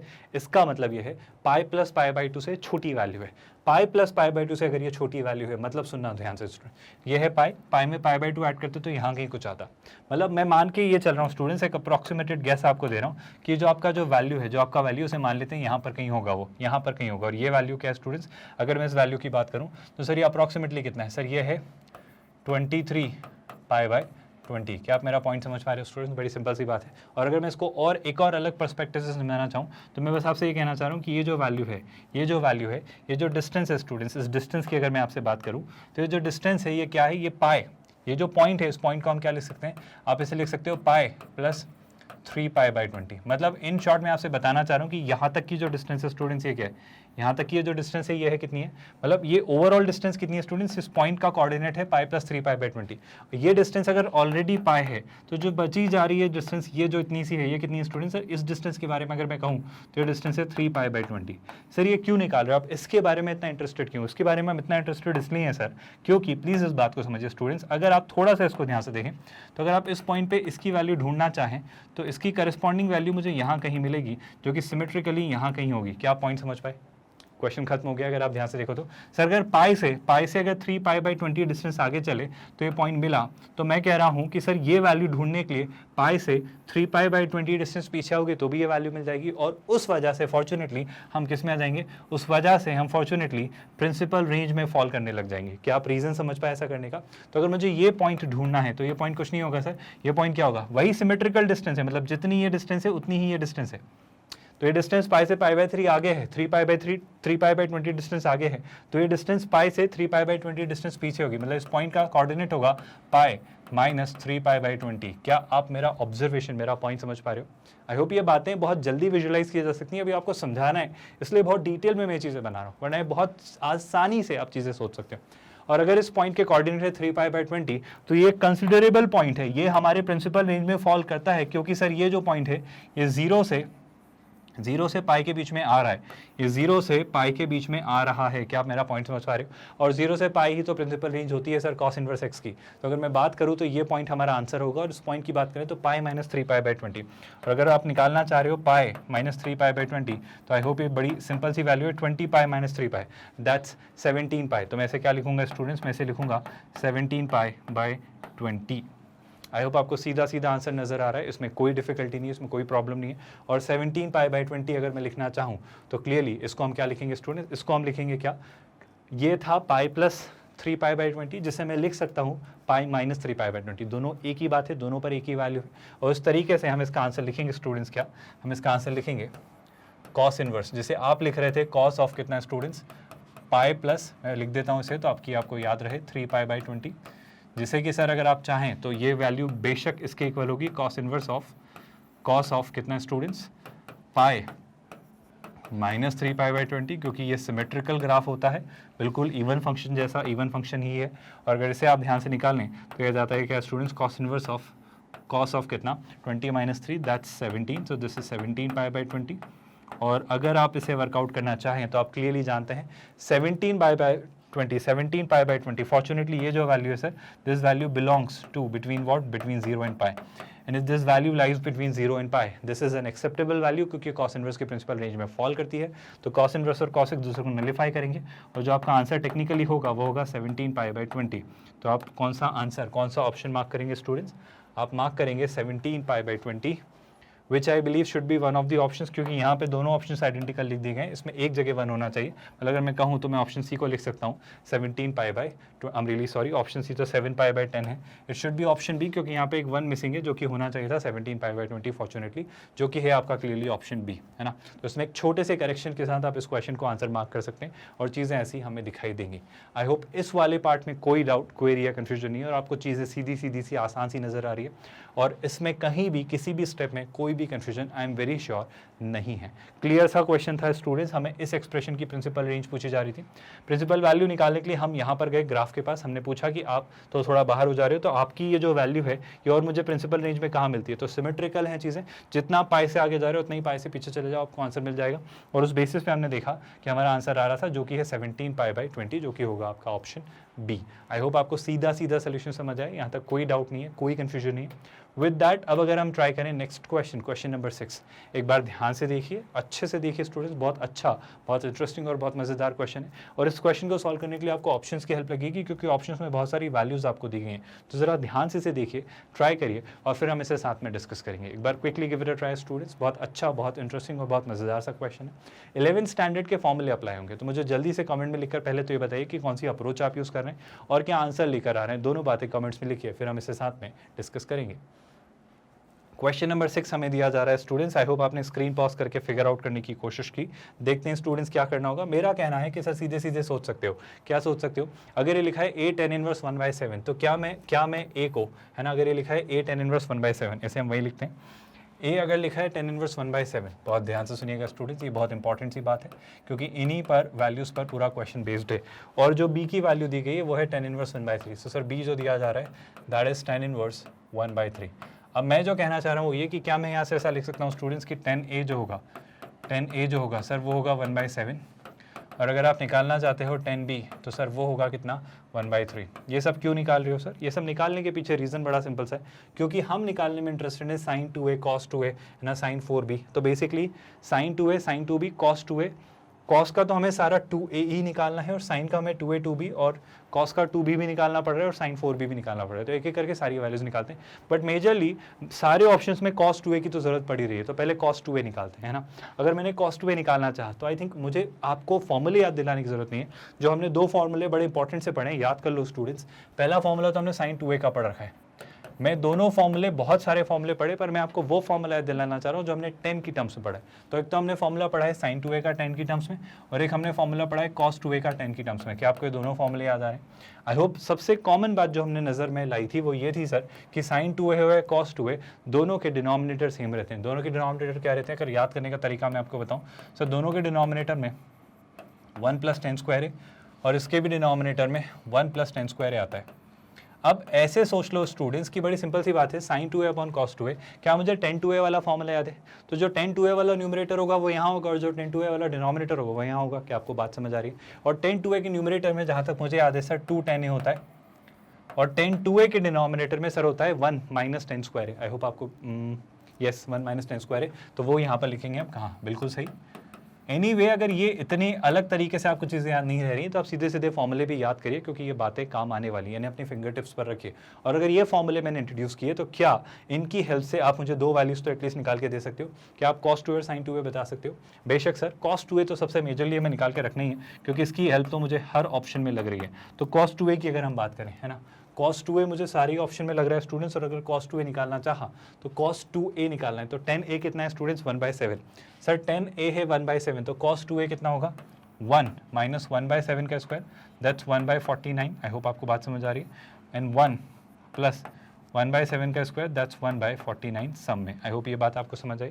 अब सीधा सीधा सोल्यूशन स्टूडेंट्स, 49 - 1 कितना हो जा रहा है? 48, है ना। तो हो जाएगा 48 अपॉन 49, और ये 49 + 1 यानी 50 अपॉन 49। तो 48 का अपॉन 49 और 50 का अपॉन 49 दोनों कैंसिल हो जाएगा।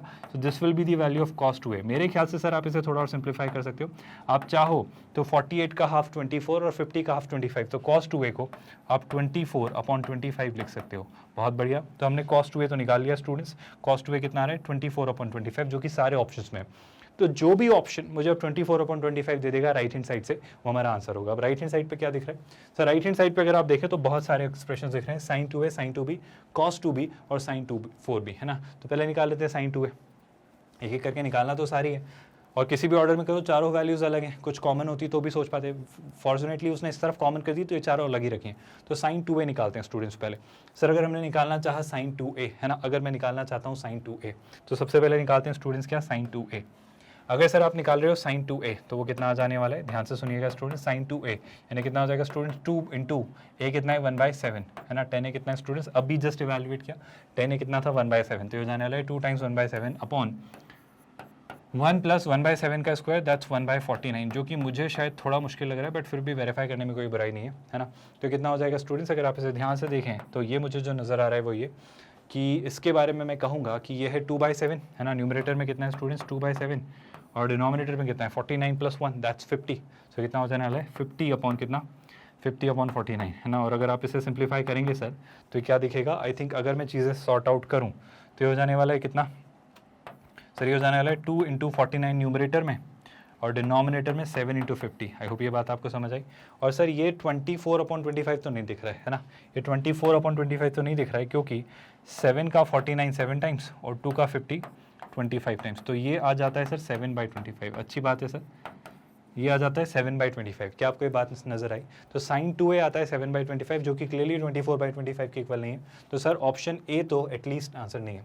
एक छोटा सा काम ये करना चाह रहा हूँ स्टूडेंट्स, क्योंकि अभी जस्ट हमने निकाला sin 2a और cos 2a हम निकाल चुके हैं। खैर वो sin 4b है तो उससे कुछ फायदा होने वाला है नहीं। अब जो हम निकालने वाले हैं sir sin 2b, cos 2b और sin 4b, तो sin 2b ही हम निकालेंगे है ना। अगर अब हमने निकालना चाहा क्या स्टूडेंट्स, हम निकालने में इंटरेस्टेड है sin 2b। I hope I need not tell you, अगर मैं sin 2b निकालना चाहता हूँ तो मैं इसे क्या लिखूंगा, ध्यान से सोचिए स्टूडेंट्स, 2 × 10b/1 + 10^2b। क्या ये लाइन आपको याद आई सर? इस बेसिस पे अगर आप निकालना चाहते हो तो 10b की वैल्यू कितनी है सर? 10b की वैल्यू है 1/3, तो कितना हो जाने वाला है सर? ये हो जाने वाला है 2 × 1/3। मुझे मुश्किल लग रहा है क्योंकि 1/3 शायद आंसर लाएगा या नहीं, इस बात पे कोई गारंटी नहीं है। और अगर इधर लिखा तो इधर क्या हो जा रहा है सर? ये हो जा रहा है 1 + 10b का स्क्वायर यानी 1/3 का स्क्वायर यानी 1/9। मुश्किल ही लग रहा है मुझे, पर फिर भी देख लेते हैं। तो न्यूमरेटर में हो जाता है 2/3 और डिनोमिनेटर में 9 + 1 10, तो ये हो जाता है 10/9। शायद ही आंसर आए क्योंकि सर नहीं जा रहा है कहीं से कहीं तक है ना। और अगर आप इसे सिंप्लीफाई करें तो कितना हो जाना है सर? ये हो जाना है न्यूमरेटर में 2 × 9 और डिनोमिनेटर में 3 × 10 है ना। और अगर आप इसे ध्यान से देखें तो क्लियरली ये तो कहीं से कहीं तक वो क्लोजेस्ट आंसर भी नहीं दे रहा है जो हम चाह रहे हैं है ना। क्योंकि देखो सर आप 3 का 9 3 टाइम्स और 2 का 10 5 टाइम्स है ना, तो कितना आ जा रहा है सर? ये आ जा रहा है 3/5। तो सर जब आपने निकाला sin 2b तो वो आता है 3/5। ठीक है सर, मतलब ऑप्शन ए और ऑप्शन बी तो आंसर नहीं। सर ऑप्शन सी निकाल सकते हैं, बिल्कुल cos 2b भी निकाल ही सकते हैं। अगर मैं cos 2b की आपसे बात करूं तो cos 2b कितना होगा स्टूडेंट? सोच के देखो सर, अभी जस्ट फॉर्मूला इवैल्यूएट किया। cos 2b जो होता है, cos 2b क्या होता है स्टूडेंट्स? अभी याद करो, डिस्कस किया हमने। ये कितना होता है? 1 - 10^2b/1 + 10^2b। आई होप ये वैल्यूज हम ट्राई कर सकते हैं और शायद मुश्किल ही है क्योंकि 1/3 हमारे लिए बहुत सॉर्टेड सी वैल्यूज नहीं ला रहा है ना। 2b यानी क्या? 10 इनवर्स, ये 10b कितना था स्टूडेंट्स? 1/3। और अगर 1/3 यहाँ ट्राई किया तो ये हो जाने वाला है 1 - 1/3 का स्क्वायर यानी 1/9। क्या आपको ये बात समझ आई? और ये जाने वाला है 1 + 1/3 का स्क्वायर विच इज़ 1/9 प्लस में। और सर यहाँ से आप देखें तो 9 - 1 कितना? 8 8/9 9 + 1 कितना? 10। ये हो जा रहा है 10/9। बेशक सर ये आंसर नहीं है ना, यहाँ पे भी 9 है, यहाँ पे भी 9 है, कैंसिल हो जा रहा है। तो ये हो जाता है 2 का 4 टाइम्स और ये हो जाता है 2 का 5 टाइम्स। तो सर 4/5 तो हमारा आंसर बिल्कुल भी नहीं होगा। तो ऑप्शन सी भी आंसर नहीं है। और अब आप मार्क कर सकते हो ऑप्शन डी, पर अगर आपको वेरीफाई करना है ऑप्शन डी तो क्या करेंगे सर? एक छोटा सा काम करते हैं, sin 4b निकाल के देखते हैं। अगर हमने निकालना चाहा sin 4b की वैल्यू तो क्या मैं sin 4b को थोड़ी देर के लिए ऐसा लिख सकता हूँ स्टूडेंट, sin ऑफ 2 × 2b। ऐसा क्यों किया सर? अगर आप सोचो तो sin 2θ वाला फॉर्मूला अप्लाई करना चाह रहा हूँ, जिसे हम लिखते हैं 2 sin θ यानी sin 2b × cos θ यानी cos 2b। आई होप आपको नज़र आ रहा है, सीधे सीधे आप निकाल सकते हो 2 × sin 2b। अभी जस्ट हमने निकाला sin 2b कितना है स्टूडेंट्स? सर अगर आप sin 2b की बात करते हो तो sin 2b आ रहा था 3/5, sin 2b आ रहा था 3/5। आई होप आपको इस बात को बताने की ज़रूरत नहीं है। और सर अगर आपको cos 2b चाहिए तो cos 2b जस्ट अभी निकाला कितना है स्टूडेंट्स? 4/5। तो cos 2b हो जाता है 4/5। और अगर आप इसे सीधे सीधे सोचें तो कैंसिल कुछ हो नहीं रहा है। 4 × 3 12, 12 × 2 24 और 5 × 5 25। तो क्लियरली सर आपका ऑप्शन डी आंसर होगा, जो कि होगा cos 2a = sin 4b। I hope सीधा सीधा सा क्वेश्चन था, कुछ भी डिफिकल्टी नहीं थी, प्रॉपर स्टेप बाय स्टेप हमने सॉल्यूशन समझा है। मेरा यह कहना था कि cos 2a तो चारों तरफ दिख ही रहा है, तो हमें क्या सोचना है, हमें इन वैल्यूज़ के बारे में चीज़ें वर्कआउट करनी है ना। तो हमने सीधा सीधा फॉर्मूला यूज़ किया, 10a और 10b का हमने sin 2a और sin 2b और cos 2a और cos 2b में अप्लाई किया और आंसर निकाला। आई होप पूरा सोल्यूशन अच्छे से समझ आए, किसी भी स्टेप में कोई डाउट नहीं है। एक बार जल्दी से ये वाले फॉर्मूले को ध्यान से देख लीजिए, cos 2a और sin 2a, बस इन्हीं से पूरा क्वेश्चन सॉल्व हुआ है। फिर हम आगे बढ़ेंगे स्टूडेंट्स, एक बार जल्दी से ट्राई करिए। आई होप यहाँ तक सारे क्वेश्चन आपको समझ आए। तो अभी तक हमने एक बेसिक अंडरस्टैंडिंग डेवलप की, जितने भी कॉन्सेप्ट्स, जितने भी डीपीपी हमने सॉल्व किए, उन सारे कॉन्सेप्ट्स पर बेस्ड ये क्वेश्चंस थे। आई होप यहाँ तक कोई डाउट या कंफ्यूजन नहीं है। और काफ़ी सारे क्वेश्चंस करेंगे हम स्टूडेंट्स, काफ़ी सारे, मतलब बहुत सारे क्वेश्चंस हम करेंगे और बहुत क्लैरिटी लेंगे हर एक कंसेप्ट को, मतलब हर एक कंसेप्ट को खोद के ढूंढेंगे और उन पे एक अच्छी कमांड, एक अच्छी अंडरस्टैंडिंग डेवलप करेंगे। जैसा प्रॉमिस किया गया है, स्क्रैच से शुरू करेंगे, मॉडरेट, टफ, फिर जेईई मेंस और जेईई एडवांस लेवल को हम टच करेंगे और अच्छे से चीज़ें करेंगे। तो चिंता करने या घबराने घबराने की ज़रूरत नहीं है। चीज़ें अच्छे से होंगी, स्मूथली होंगी और हर एक चीज़ समझ आएगी। हर एक कंसेप्ट पे एक अच्छी अंडरस्टैंडिंग, अच्छी कमांड, एक अच्छी ऑथेंटिसिटी आप डेवलप करेंगे, है ना। तो उसी के साथ स्टूडेंट्स हम शुरुआत करते हैं, या रादर अगले लेक्चर की अब जब हम शुरुआत करेंगे तो उसमें हम एक बड़ी इंपॉर्टेंट सी बातें कंटिन्यू करेंगे कि इसी सीरीज़ को, इसी कड़ी को कंटिन्यू करेंगे। बट आज के लेक्चर में आई होप जहाँ तक भी जो भी चीज़ें आपको पढ़ाई गई या समझाई गई उसमें कोई डाउट, क्वेरी या कन्फ्यूजन नहीं है। आई होप स्टूडेंट्स आप ये जानते हैं कि मैग्नेट ब्रेन्स का ये जो हमारा प्लेटफॉर्म, ये पूरे तरीके से क्वालिटी एजुकेशन प्लेटफॉर्म है जो कि फ्री ऑफ कॉस्ट आपको एजुकेशन देता है। यानी आप ऑलमोस्ट हर प्रोग्राम, हर सेक्टर आप देख पा रहे हो। आपको क्या करना है, आपको मैग्नेट ब्रेन्स की वेबसाइट पर जाना है www.magnetbrains.com।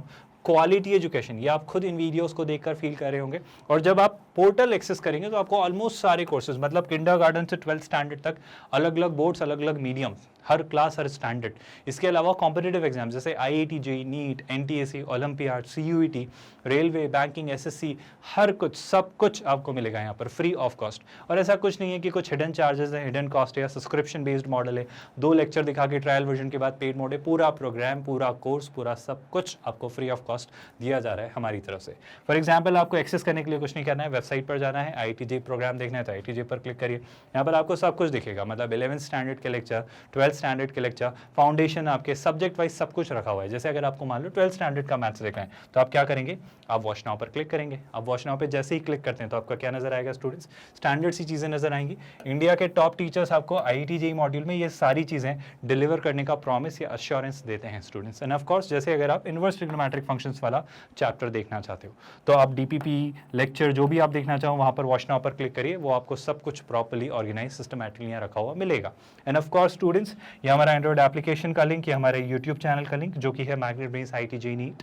And of course students, ये वो लिंक है जहाँ पर आप क्लिक करके अपने डाउट्स हमें फॉरवर्ड कर सकते हैं। जो भी आप लेक्चर देखना चाहो आप वॉच नाउ पर क्लिक करिए, आपका लेक्चर यहीं फुल स्क्रीन में बफर फ्री मोड पे आप एंजॉय कर सकते हैं आराम से, आसानी से। सबसे खास और सबसे ज़रूरी बात स्टूडेंट्स, एक free of cost quality education platform जो कई सारे स्टूडेंट्स की लाइफ को ट्रांसफॉर्म कर सकता है और उन्हें क्वालिटी एजुकेशन को एक्सेस दे सकता है। तो इसे ज़्यादा से ज़्यादा स्टूडेंट्स, ज़्यादा से ज़्यादा लोगों से शेयर करिए और उन्हें भी इस प्रोग्राम से बेनिफिट होने का मौका दीजिए। एंड ऑफ कोर्स स्टूडेंट्स, अगर वीडियो से आपको बहुत मदद मिल रही है, आप काफ़ी कुछ सीख रहे हैं, इन वीडियो से आप काफ़ी कुछ हेल्प पा रहे हैं, तो बेशक इन्हें लाइक ज़रूर करिए। And the most important part students, channel पर होने वाली हर एक्टिविटी से अपडेटेड रहने के लिए आप चैनल को सब्सक्राइब जरूर करिए ताकि आपको हर नोटिफिकेशन मिलता रहे और आपको हमेशा कोई भी वीडियो मिस ना हो। With that students, we are calling it a day. ख्याल रखिए अपना। Thank you so much.